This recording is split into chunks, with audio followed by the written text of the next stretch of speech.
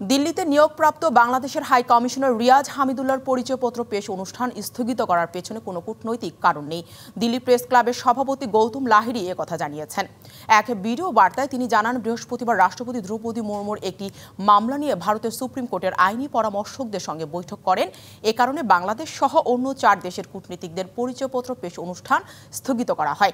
এক্ষেত্রে অন্য কোনো কারণ নেই বলে নিশ্চিত করেন এই সাংবাদিক। এছাড়া পরিচয়পত্র পেশ অনুষ্ঠানটি খুব শিগগিরই সম্পন্ন করা হবে বলে জানিয়েছে ভারতের পররাষ্ট্র বিশেষজ্ঞ এবং প্রধান উপদেষ্টা ডক্টর অয়নজিৎ সেন।